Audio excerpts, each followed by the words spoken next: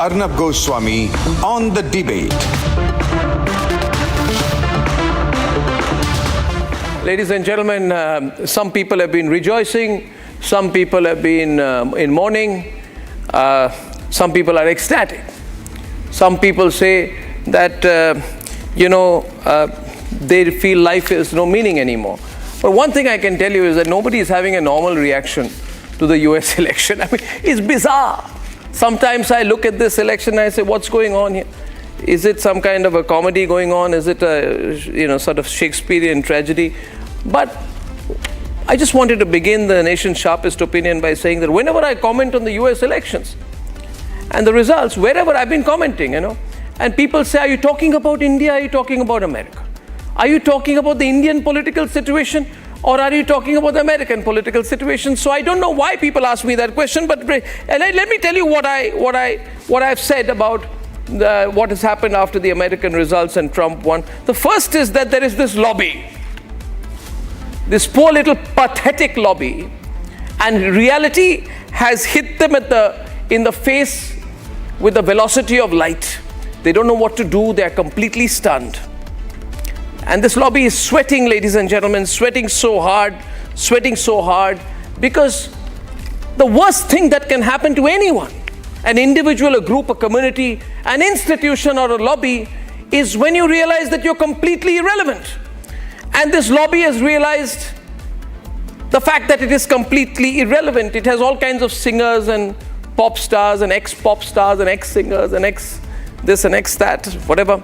But they still got nobody on their side. They got completely hammered in the election. The biggest thing is, ladies and gentlemen, this lobby, which is represented by the media, has given up all pretensions of honesty, integrity, or loyalty to fact in the course of this election. They've gone all out. In fact, let me tell you, this lobby and the media, they were on the campaign trail with Kamala Harris. They were not fellow travelers, ladies and gentlemen. They were the tires of her campaign bus. They were the coffee mugs that were passed around during her campaign speeches. They were the pit stops. They were the people out there at every single level who were on the campaign trail. There was no media in this election. The worst thing for this lobby this time is that they have absolutely nobody to blame. But the fact that they have been rejected, they have nobody to blame. They don't even have Putin to blame. They can't even go around and say this time that Trump won because of Russian interference, because he didn't. They have nobody else to blame but themselves, and the fact that they are, at the end of the day, what nobody wants to accept. In India too, this lobby does not want to accept. And when I tell the lobby what they are, they say, oh, you are a right-wing person. You run a right-wing network. You may be the most watched network in the country, but you're right-wing. Well, the reality is it's better than being wrong-wing. And the reality also is this time, ladies and gentlemen, that this entire group ran on an assumption that they represented the people. Whereas the fact is, it is not possible for a small group of ultra right-wing people to have given Trump this victory. The reality is that Indians, Asians, African Americans, Hindus, Muslims, and Christians all voted for him. And the reality also is that there were two candidates in this American election. And remember, viewers, I'm only speaking about America. Please don't take this video and paste pictures of Rahul Gandhi on it. Please don't. Put all the pictures of Kamala Harris that you want. Do not put pictures of Rahul Gandhi. Do not draw that comparison to Rahul Gandhi, for I am talking about one person who lost today. I'm not talking about the person who lost in June. I'm not talking about the person who lost in Haryana. I'm talking about the person who lost in the United States of America, called Kamala Harris. But the similarity between Kamala Harris and some people in India is that they are not in touch with the people. They are not in touch with the expectations of the people. But they are very much in touch with a small group of ultra elite people, from some singers and Oprah Winfrey on the one side to the New York Times on the other. And we know here also we have some people in the media. We have the wires and the scrolls in our country as well. But ladies and gentlemen, these elites cannot make a political leader win. They can prop up the leader. They can be strategic assets for the leader. They can finance the leader. They can be cheerleaders of the leader, but if the leader is not a leader of the people, that leader can never win. And that's what happened to someone in June, and that's what's happened to Kamala Harris this November. Let's debate. We're leading in the polls, but we have to do it too big to rig. Donald Trump's landslide victory has sent the liberal woke lobby into a tizzy.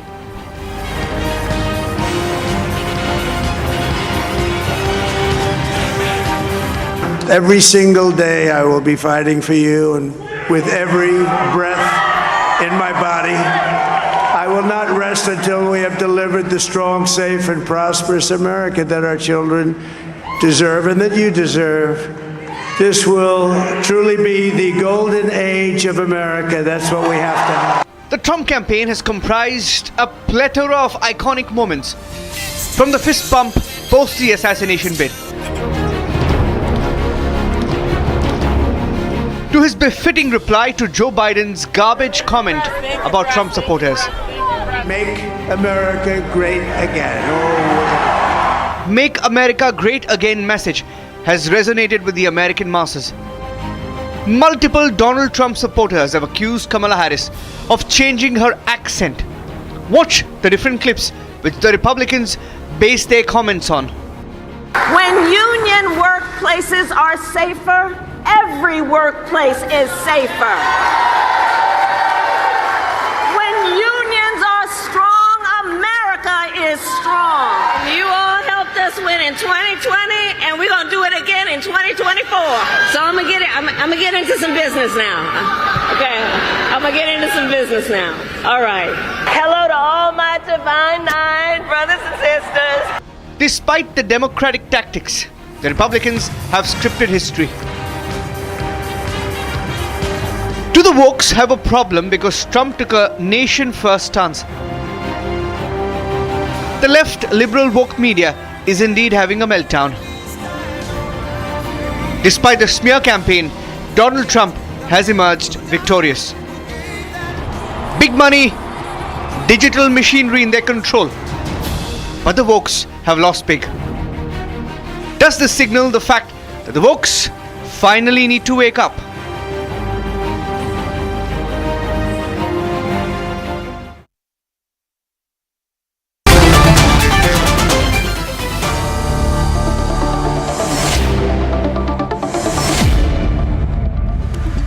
Why did the right wing win? Why did the wokes lose? Why did the liberal woke lobby lose? How did Donald Trump do this? Ladies and gentlemen, I'm starting again with Shalabh Kumar, founder of the Republican Hindu Coalition, friend of friends to Donald Trump, and chair 2016 Indian American for Trump campaign. And he's been taking clear positions. Shalabh, congratulations, mighty congratulations. What a fantastic victory. What a huge victory. And what a stunning victory. And everyone's in shock. I mean, it wasn't even close. Towards the end, it wasn't even close. So what happened? What do you ascribe this to? Well, God is watching over, like President said. It was meant to be that God was smiling over the United States of America, and that's what happened. Now, actually, there are a few things I do want to point out. When we were talking about, I believe on November 1st. Yes. When we were talking about, and from listening to your monologue and having a conversation with you, I made a comment. Arnab, this interview itself might make the difference. Yeah, you said that. I remember. And it did. It did. I'm into numbers and fairly analytical. So there are 3 states we were focusing on: Pennsylvania, Michigan, and Wisconsin. So in these 3 states, I would say the margin of victory for President Trump is close to 450,000 votes. And I could tell you quite with a lot of confidence that half of that came from Hindu Americans, half of that came from the last-minute campaign we mounted from your conversation, your monologue, and your very clear position that woke up a lot of Hindu Americans in these states who were just otherwise going, Kamala, Kamala, Kamala. Because Kamala is the Hindu name, so we should go and vote for Kamala no matter what her policies are. But you were able to focus with your interview and your commentary. You were able to focus our people on this election, and history is going to tell this. You know, this particular interview we had last, that is a historical event that has an impact not only in the United States on Hindu Americans, over 1 billion Hindus around the world, India, Bharat, world, peace and with Ukraine and Russia, probably solving the Middle East problem, and it's going to have a dramatic impact on so many things. Well, I thank you. In fact, I thank you, in fact, Shelley, for that. And also, I think what you've done in terms of bringing the Hindu Coalition for Republicans together is incredible. See, Shelley, you know me for some time. I mean, I just, when I believe in something, I go all out. And I think I openly supported Donald Trump this time because I felt that he was pro-Hindu. Somebody has to speak for the Hindu community. And I felt so good in the way that he spoke for the Hindus in Bangladesh. And if you don't speak for a community in crisis, then there's no point. And I can assure you, Shalabh, we'll hold Donald Trump to account for it. We hope he continues to take that line even after being elected. So tell me this, there's been a lot of happiness around. I mean, a lot of in right-wing circles in India about this victory, right? But is the business part going to work between Narendra Modi and Donald Trump, because he's a tough negotiator and Modi is also a tough negotiator? Both are very pro their own nations. How is it going to work? Where will the middle line happen?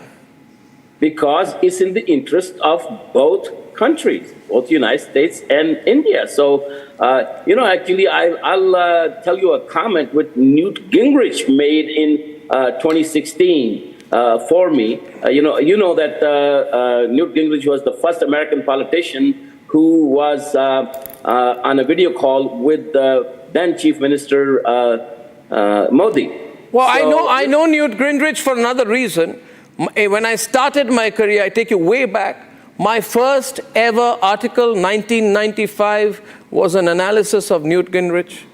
So I'm fascinated with that man. You can tell him that when you meet him. So yes, please carry on. Yes, no, I was with him last night.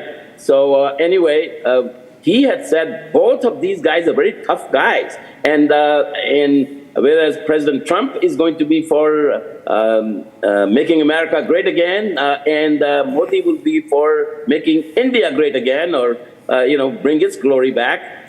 But he says at that time, he's actually on the record saying that is going to be great for both countries, because he recognizes, President Trump recognizes, and hopefully Prime Minister Modi, even though he doesn't quite say it like President Trump does, he realizes that our biggest enemy is China. And Pakistan is just a small bankrupt country now, but China could create trouble for both the United States and India, Bharat, through Pakistan. And, we need to recognize that there's going to be a fairly substantial push. I will make sure that happens, that we start talking about, we have a blueprint laid out for a free trade agreement, bilateral trade agreement between United States and Bharat. So that will go a long ways. We need to get manufacturing out of China back to United States, and the portion which cannot be done in the United States, that also could be done in India. A lot of manufacturing can move back to India. Now, India has excelled in software, but not in hardware as much. But the next 4 years will see a significant improvement in manufacturing capacity of Bharat. Oh, no doubt. There's a world of opportunity, Shelly. Absolute world of opportunity. But so good to speak to you. And, we're starting our 9 p.m. program tonight with Shalabh Kumar. He's an interesting man. People, they change sides when their friends lose. This man in the last 4 years and before that never switched sides. When Trump was seen to be down and out. And ladies and gentlemen, remember, I think Shelly should put it on the wall. If you ever feel down and out, anyone feels down and out, pick up the New York Times, I think, cover, or New Yorker, I don't know who put it out, saying that this is the end of Donald Trump. Take that on one side and take today's picture on the other. What a fight back. Shelly, good to see you. I'll see you soon. I want to make another comment. I've never spoken to you about this, but this is important to note from my own perspective. See, it was August of 2016 when I appeared in a debate with you, an hour-long debate, okay? So there actually at that time you had conducted a poll. We did. Before and after. And what had happened was after I spoke, like 85% of Indians went for Trump. So that was like an impromptu poll that was done.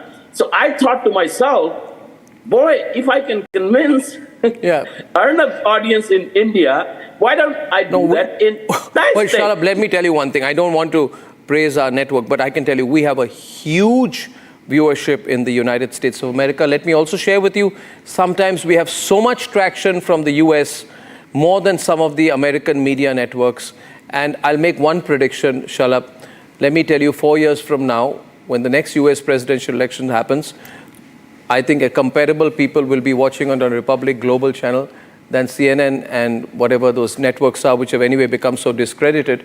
I thank you again, Shalabh. Thank you, my friend. Thank you, Shalabh Kumar, Trump man. Very good. And Advaita Kala, Rashmi Samant and Saurabh Shukla are on the side of the right wing. If you don't mind my saying so, Advaita, don't try to be neutral. You are not. We are not. We are proudly prejudiced. That's a new term, proudly prejudiced. Now, on the other side is a very grim-looking Santosh Mehrotra. Santosh, cheer up a little. Ray Locker is a journalist and author, has appeared many times on my show. Saira Shah Halim looks devastated. And Meera Patel is an advocate practicing in the Supreme Court of India and managing partner in Law Circle. She's a firm Kamala Harris fan. I don't know if she remains one today. So,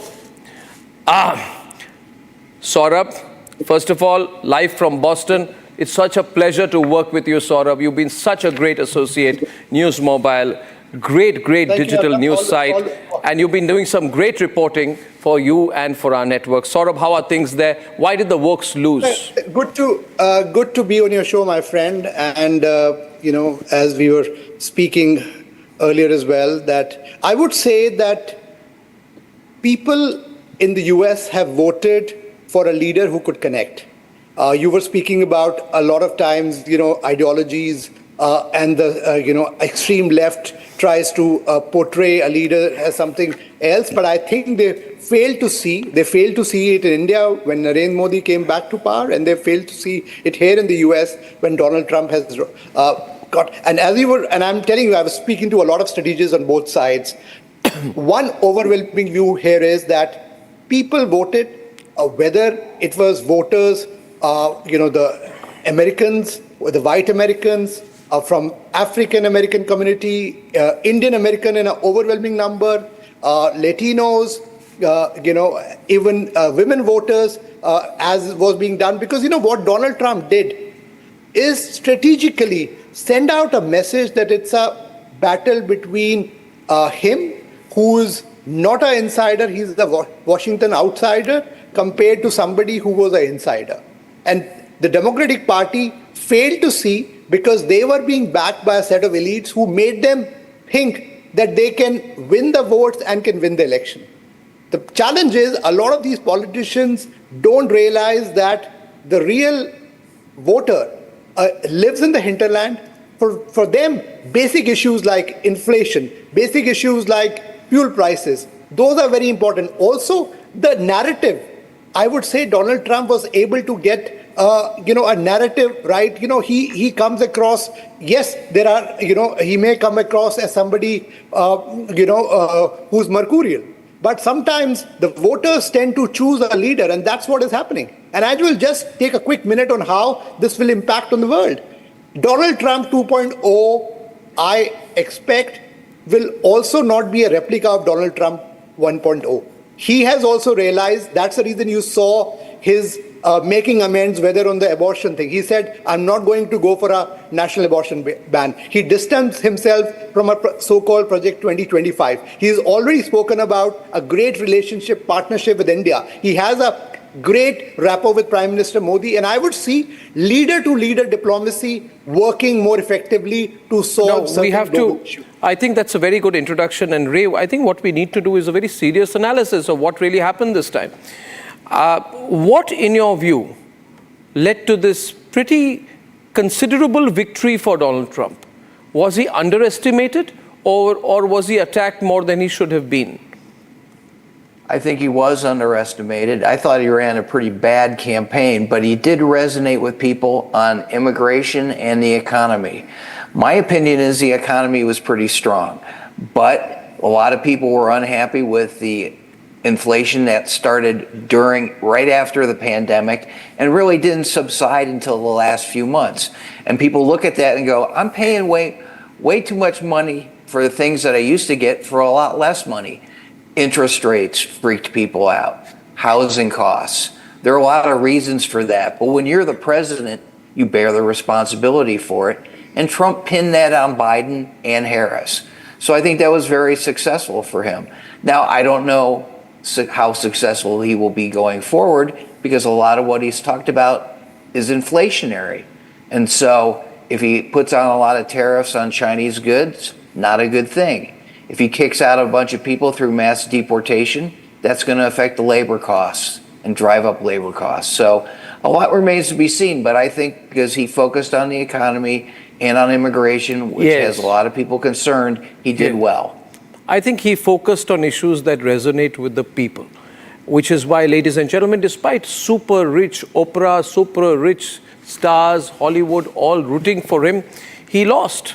And he lost so badly. And Saira Shah Halim and Santosh Mehrotra, he lost in a way, Kamala Harris, lost in a way that the entire global woke community is having a solid little meltdown. But the woke lobby, Santosh, is rich, it's elite, in fact, it's super rich, and it went against Donald Trump beyond reasonable limits. I was seeing an article that came out today which said that Donald Trump's 2016 victory, and I'm quoting, was a prank got very wrong. No, it was not a prank. It was a successful victory of a very strategic political mind.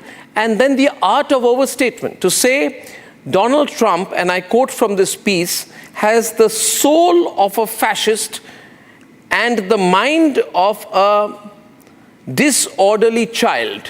I mean, people sitting in some campus somewhere with some irrelevant fellowship, having no connection with the real world, and writing English. No connection with the real world. In their own little echo chamber somewhere, happy with the words they write for the publications who nobody reads. I find a strong similarity between the wokes and the lobby in the US and their aspiring brethren here in India. Santosh, what do you say? Why did the right wing always win? Why did the wokes always lose? This is your reading of the situation. Always this, always that. I think Ray puts his finger on it. It's very straightforward. The inflation rate has been unprecedented in the United States. The inflation rate has been unprecedented in the United States. That's the bottom line. I'm just back from the United States. I was there 10 days ago, and I was stunned out of my mind as to what has happened to prices. Secondly, I think Ray also rightly pointed to the fact that interest rates have been consistently high. And, the Federal Reserve has kept it high because one of the reasons they believe they will be able to bring inflation down is if actually keeping interest rates high. Now, what most people sitting in India don't fully understand is that a very significant share of US residents actually are homeowners. But they are homeowners on the basis of loans they take from banks, etc. And it's very easy to get a loan in the United States because you pay only 20% upfront cost and the remaining 80% is met by the bank. So a very high share of the people, of residents of the United States are actually homeowners. Now, if interest rates are high, obviously the middle class is affected, but the working class is also affected.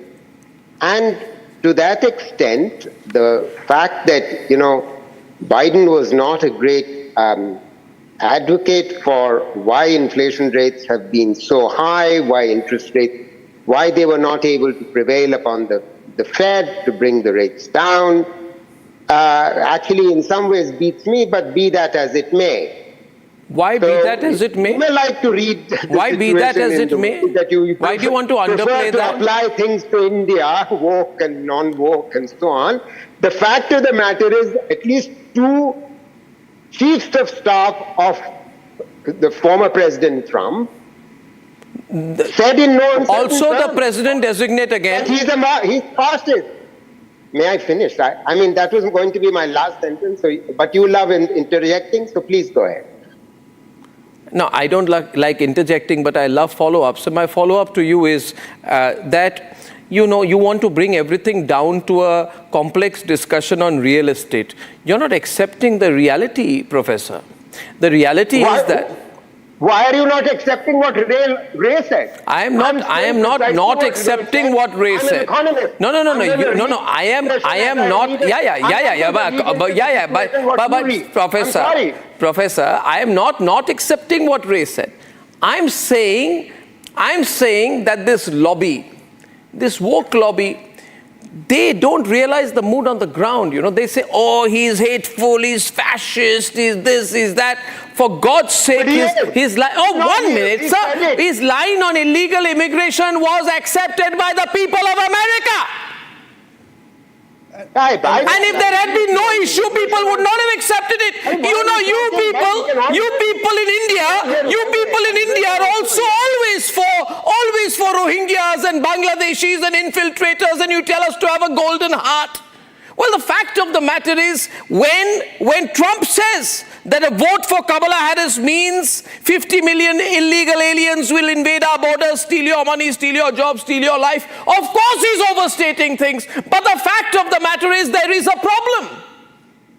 Like there is a problem in India too. Like there are 93,000 Indians on the borders. Why? Because the Indian... What about the 50 million, 100 million? What about the 50 million, 20 million Bangladeshis? Enjoy and you see the problem with you. 1 minute. It's a problem with you. I don't want to raise my voice, please. I want to have a temperate discussion. But you won't let me. The fact of the matter is we have a leader in India too. We have a leader in India too, Ray, this curious analogy that you will like. We have a leader in India too who is an opposition leader. I think he will remain in the opposition. He says, you see, Indians, India is not a nation. And then he expects to get elected. I'm only saying the right wing is pro-nation.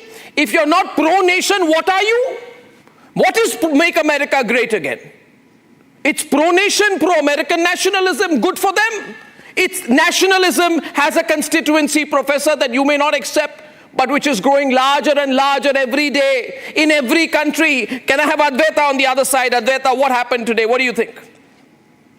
I think common sense won. That's what happened today. I think, you may want to embellish it with all sort of things and now steer the argument towards inflation, which was at 22%, by the wage increase was at 20%. So there was a disparity, but it wasn't that bad, et cetera, et cetera. Yeah. You can say whatever you want. Okay, bottom line is that we had an issue with the Democrats going completely crazy. And that was the problem. They were unhinged. The far left had taken over. They were more concerned about pronouns than they were about any real issues on the ground. They made that their reason for existence. And this is when people are saying things like, look, the eggs are too expensive, daily essentials are too expensive, young homeowners, because of the interest rates, cannot even aspire to buy a house anymore. These were all very real issues. And instead, what did you have the Democrats doing? This one's a dictator. This rally in MSG is like the Nazis, and it was held in this and so year. It's just demonization, identity politics. Kamala Harris, no idea what she stood for. Word salad after word salad. Nothing on her policies is clear. At one point, she's against fracking. At the other time, she doesn't have a problem with fracking. Then she's in for gun bans. And then she goes ahead and says, well, I own a gun and I strap one when I have to. So the American public was saying, just who are you, Kamala Harris? What exactly do you stand for? What is your policy? Trump just came in with a sharper, more sensible message. Whether you like him personally or you don't like him personally, at least what you saw was what you got. Okay, if he said he wanted to end the war, he was going to do it. He didn't waffle. No, about it. He didn't waffle. He didn't waffle. He didn't waffle. And Arnab, let's also be clear. The African American vote percentage for Trump has gone up from 8% to 15%. That's nearly double. See, people don't like it. I'll draw a comparison out here. In India, a lot of young African American males could identify with that kind of judicial persecution and violence. So, there are a lot of factors at play here. True. See, the thing is, 2019, when Narendra Modi won for the second time, he got a considerable Muslim vote. And the woke lobby could not accept it. Now, why did the Muslim community also vote for Narendra Modi? Why did his vote share go up? It is because in today's world, in my humble opinion, Saira, Rashmi, people want strong leaders and dependable leaders. And Trump is seen as strong leader, dependable leader, as opposed to Kamala Harris, who keeps abusing Trump. And I think this time, one of the big reasons why Kamala Harris lost is because of the unhinged rants of Barack Obama and his wife. All they did was abuse day in and day out, calling Trump hateful, fascist, demonizing him. They never accepted the fact that their own candidate cannot speak without an autocue. Now, there are comparisons being drawn. Rashmi, may I draw you in? Are there comparisons between the situation in the US and in India? Absolutely, Arnab. The intersectional activism that happens across the world, which is basically the woke movement hijacked by the cultural Marxists sitting in, campuses and different think tanks with fat-paying salaries for doing nothing. Yeah. They have a sense of solidarity across the world. So their issues are the same. So, there is the Black Lives Matter movement happening in America, but then you have the Indian cricket team here taking the knee as well, because the activism is all across, and they have a sense of solidarity across the world. The left has that, something that the right did not have for the longest of times. But they're repeatedly rejected. I think that is something that we saw today. The Marxists were first rejected by the middle class people, and then the Russian regime and the Chinese regime, kind of rejected them altogether. Then they all came onto university campuses, and they've started this global cabal of activism that happens along the same lines across the world. But what they've forgotten is that you can fool all the people for some time. you can also fool some people all the time, but you can't fool all the people at all times. That's what they've forgotten. Yeah, and the Trump campaign, I think it's incredibly unfair to say that they didn't work hard. They worked extremely hard, because I followed this campaign to the T. In Pennsylvania, which became a key swing state, they brought out 80,000 first-time Amish voters. They registered them. These people, they're isolationists, but they got them out, they got them registered. So they worked incredibly hard as well. And, Democrats, they were just rhetoric after rhetoric, forgetting that, gone are the days of fooling people based on, rhetoric which are manufactured on campuses and through think tanks and endorsed by a few Hollywood celebrities. Those days are gone. The real people won't be fooled anymore. Yeah. Be it in America or in India. Yeah. So I think that is the lesson. Absolutely. Also, this little self-help. So I'd like to come in, Arnab. Yes, Saira, please. Yeah, so what I'm saying is, Arnab, neither are we devastated nor are we euphoric, because you look at Republicans and Democrats, it's the same thing. Kamala Harris has never been vocal about pro-Palestinian rights, and I feel the Joe Biden administration didn't do enough to stop the war in Gaza. So either ways, we are neither devastated nor we are euphoric. I'm stating it again. And here, if you look at Kamala Harris, okay, she lost the popularity votes because you have to look at the Arab Americans. A lot of them voted for Donald Trump. And here, 79% of Jews, they voted for Kamala Harris on the contrarian side. Because here, what Kamala Harris failed to do is have a vocal stance for Palestine, which she clearly did not have a vocal stand. And here, Kamala Harris has endorsed policies that sanction arms to Israel as part of the administration. So I think overall, the Americans are very confused about what she's standing for. So like I said, it's not a congratulatory time, nor is you're sinking into depression. No, you are sinking into depression. Not you, Saira, okay. but just read what is being written around. Just read what is being written around and what they are seeing here. It's like the Congress party. It's like the Congress party in India and the Congress party's ruling family in India. They just cannot come to terms with their own irrelevance. And that is all. And then you can't justify it by getting some NGO, politically correct, woke type people, some economists to come and praise you. You can't do that. You have to be in touch with reality. There is a group which wins and there is a group which loses. In this case, despite having the media on their side, Meera Patel, despite having the media on their side, despite having the money on their side, despite having the digital media on their side, despite having the lobbies on their side, the environmentally activist groups on their side, despite having Bill Clinton and Obama on their side, everybody on their side, she lost. So there's a serious problem. In your view, can people blame it on Kamala Harris and get away? Because I know what will happen tomorrow.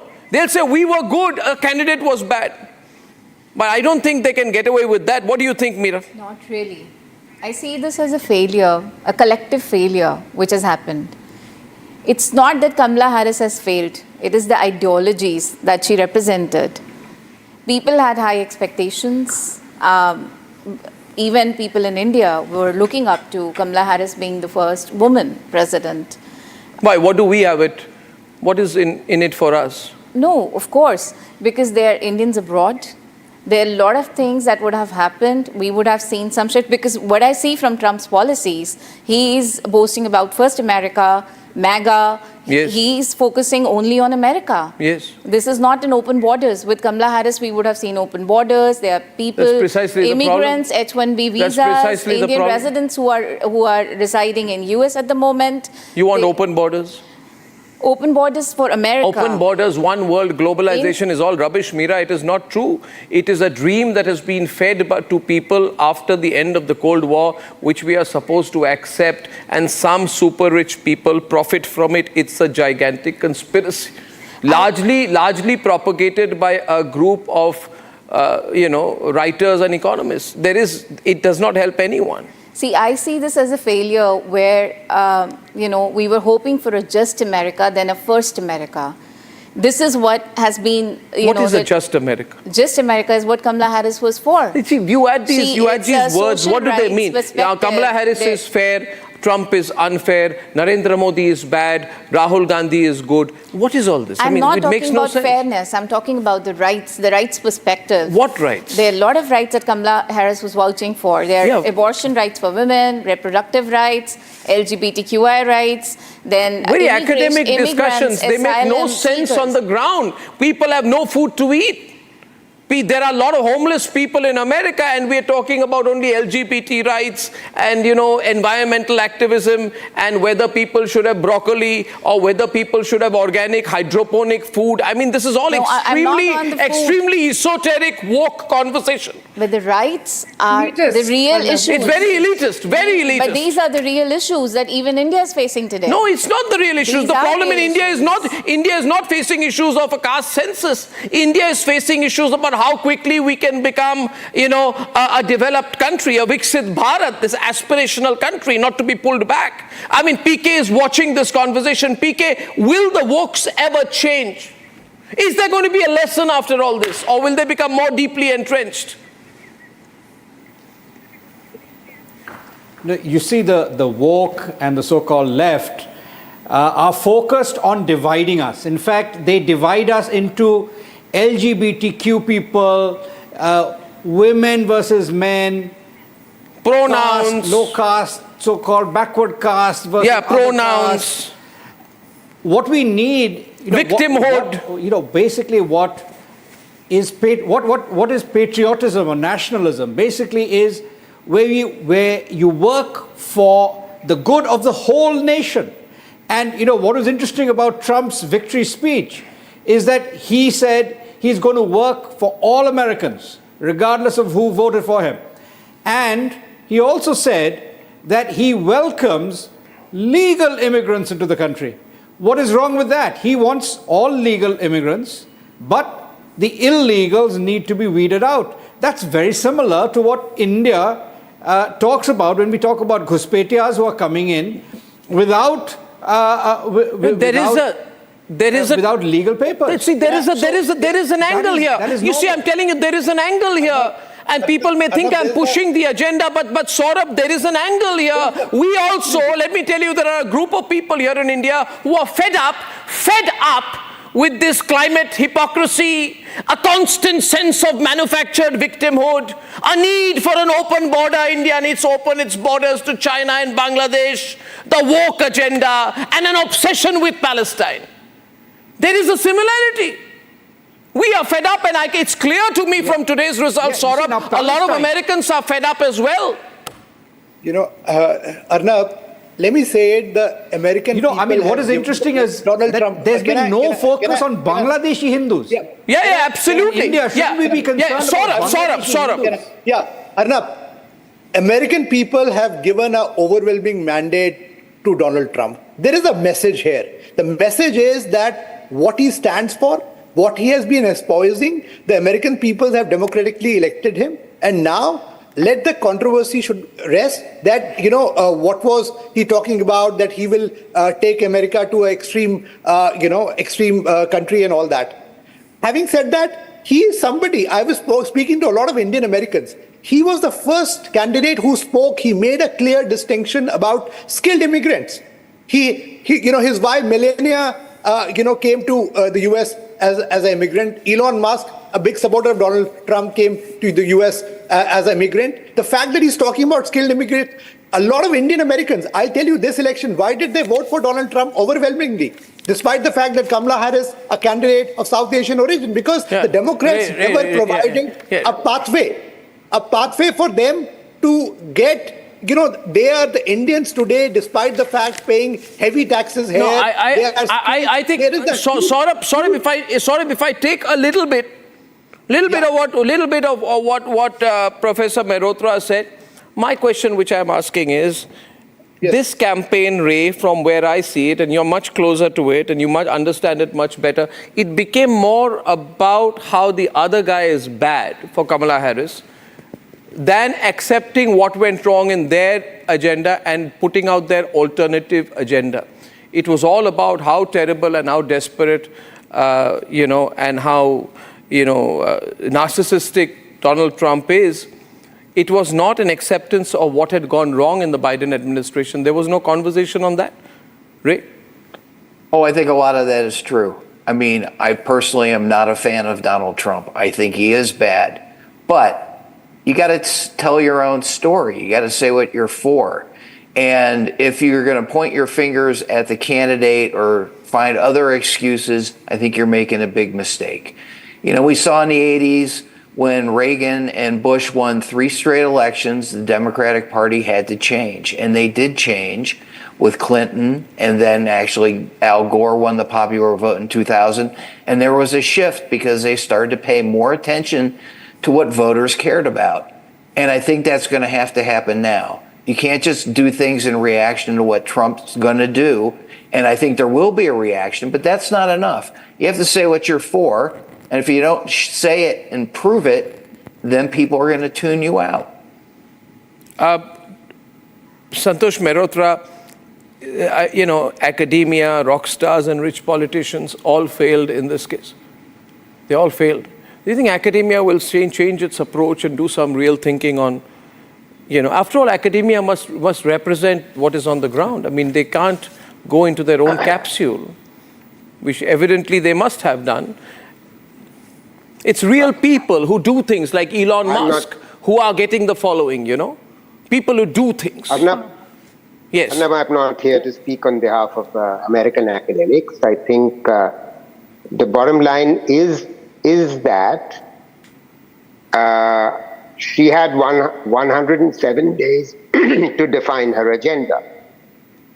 And ultimately what emerged in the 107 days is that she hadn't used her 4 years in office as vice president to actually determine exactly what her agenda was if she was to become a presidential candidate in place of Joe Biden. If I was in her position, I would have actually done some preparation for that. Unfortunately, she did not do that preparation, and I think she's paying the price for that. And it's true, and I think you're right, and Ray's right, that, and I felt that all along, there wasn't enough depth of analysis which had gone into the agenda that she was putting forward. By contrast, it has to be said for Mr.